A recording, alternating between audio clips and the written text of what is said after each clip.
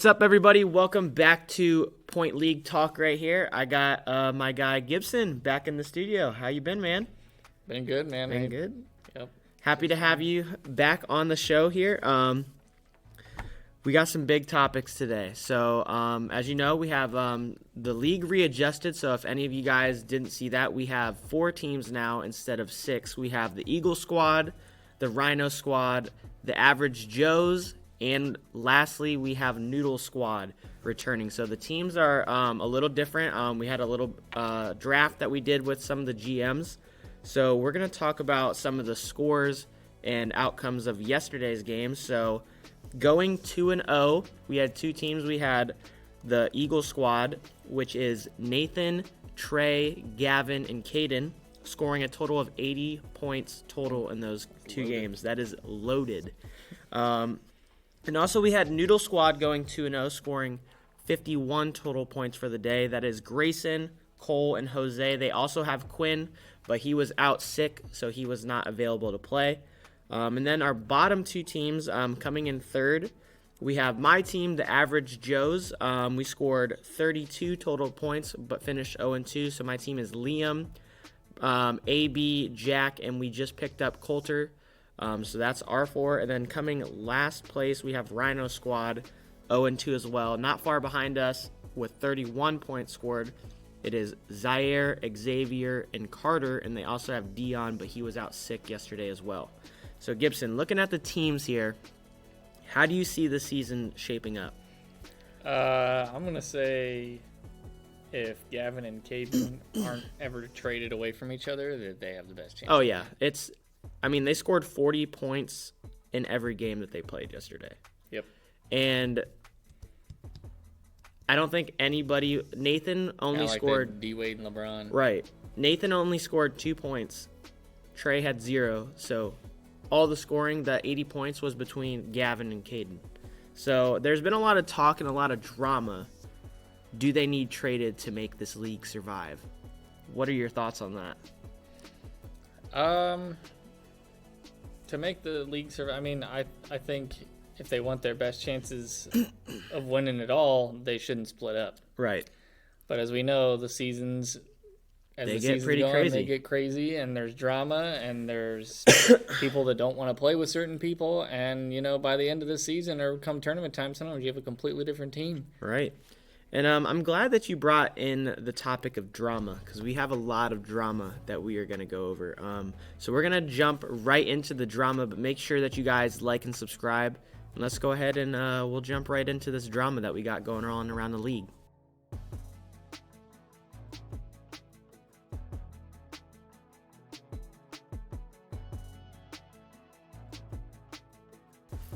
All right, welcome back. So picking it up, we have the drama alert. It starts with my team, actually. And we had a little bit of drama yesterday between Liam, AB, and Jack. There was a lot of talks about the lack of ball movement. And I'm just speaking for my players. I think they're ready to blow the team up. I think so. And I feel lack of ball movement being that. Are we talking about one specific player holding on to the ball too long? Yes. So they Jack and AB thought Liam should have passed the ball a little bit more, and Liam, I think he was trying to help his team out, but I feel like it was taken the wrong way. A couple guys felt like they were missed on some on some cuts, but that's the game of basketball. So and you also did have a tough first game going up against Eagle Squad, getting blown out 40-17. So that didn't really start the day off too hot. But yeah, it's been pretty hectic here this last day.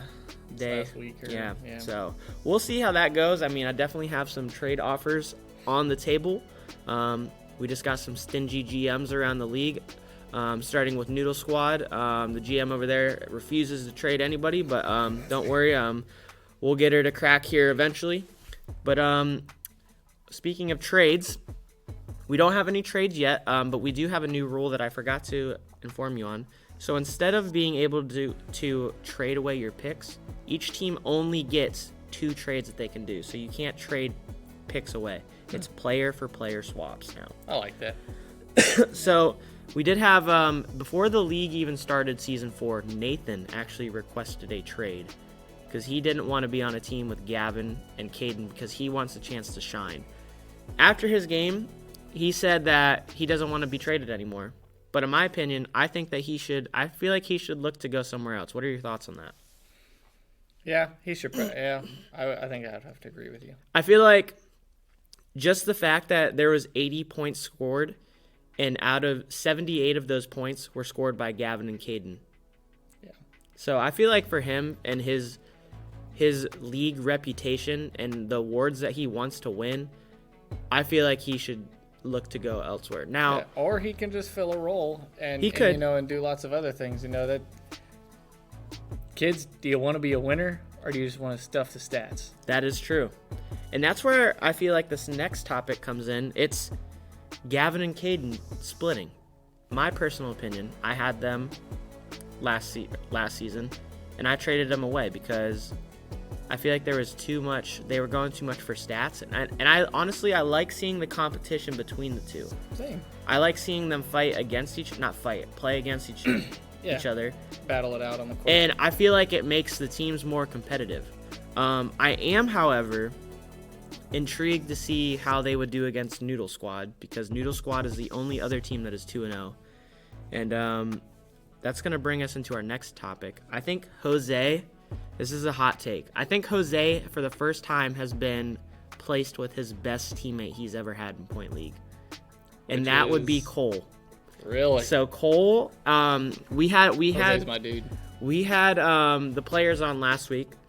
And I asked them if there was one player in the league that you would want to play with that you haven't played with yet, who would it be? Jose immediately jumps and says Cole. Nicolina, the GM of the Noodle Squad, took that with her knowledge, and she made the most of it. And so she went out and got Cole. And Cole balled out yesterday. He had 19 points. Jose had 24. Grayson had 8 points. Yeah. So Grayson played pretty well too, and then when Quinn comes back, I feel like they're underrated. They got a really good defensive team. Yeah.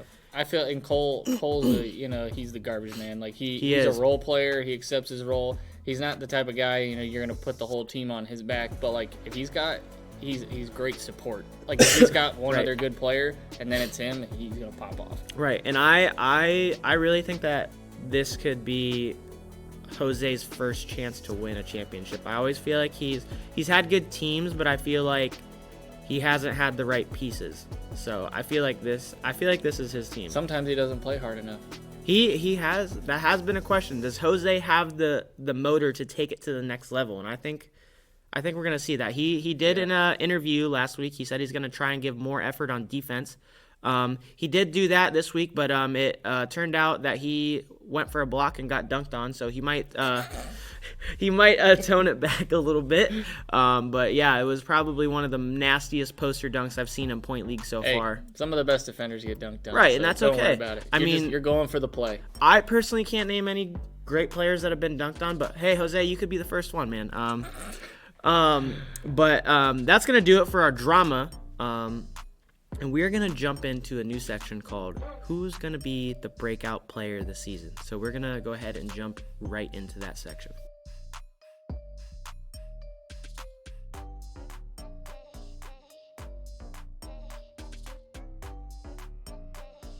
Looking back at what we talked about and from previous seasons, we have a new section called Breakout Player Alert. So looking at the rosters here, who's your guy that's going to break out this season? Let's go. I'll probably say Cole or Grayson. I was thinking the same thing. Yeah.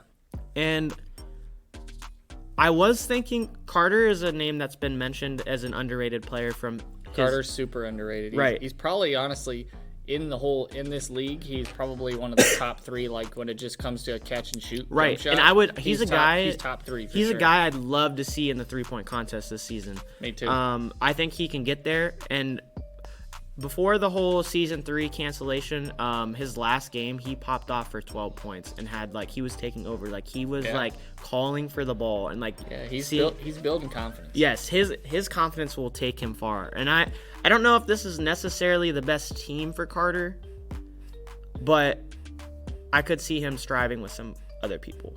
Yeah. But Grayson balled out. I don't think he had enough opportunities to play last season. And now I think he's got a good squad over there with Cole, Jose, and Quinn. And him and Cole play well Yeah, together, and too.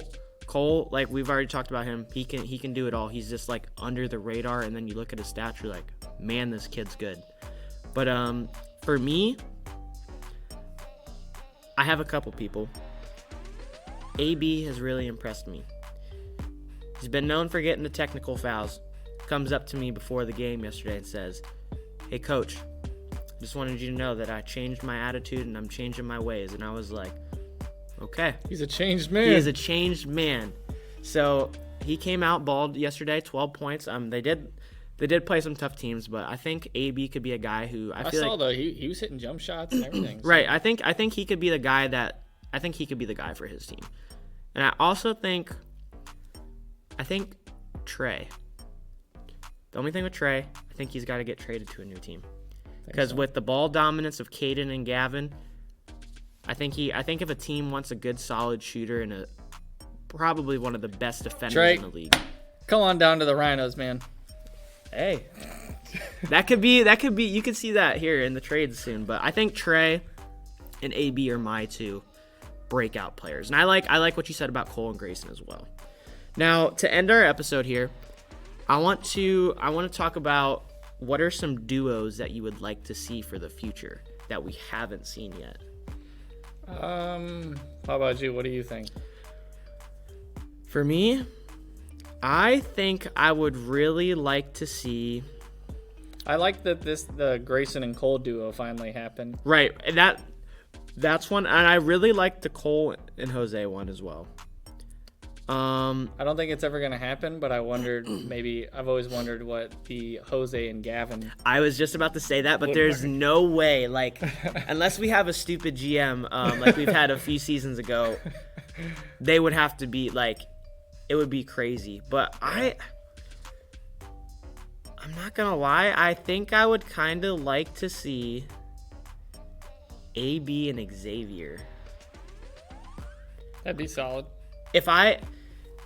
If I could pick a three to start over, and I think who would have the best chemistry, I think AB is an underrated point guard. Yeah. He doesn't have the speed, but he's got the IQ. No, and he uses his body to like protect the right, ball. he's like well. he's like a Ben Simmons that can shoot. Like he's big. Yep. He's a big point guard. I'd love to see him paired up with Carter, a guy that can shoot. And then I'd love to see them with a solid big man like Xavier that can just hold down the paint. Actually, I take that back. AB and Jose. Ooh. I think it's that's more possible than Jose and Gavin. yes. Yeah. And I also I'd kind of like to see a reunion of Jack and Jose. I think that would be good. Now, does Jose think that's good? That's the question. I don't know. Yeah. We could see that on episode 2 of Drama Alert. But please, as we end this episode, I want to do some more stuff where we answer your guys' questions. So like if you have questions, like hot topics, hot takes, anything like that, please drop them in the comments. And as always, thank you guys so much for watching. We will have one more week of Point League, and then we'll be on Christmas break. So we'll have a little bit of a delay there. But as always, thanks for watching. Make sure that you like and subscribe, and we'll see you next week for week number 2 of Point League.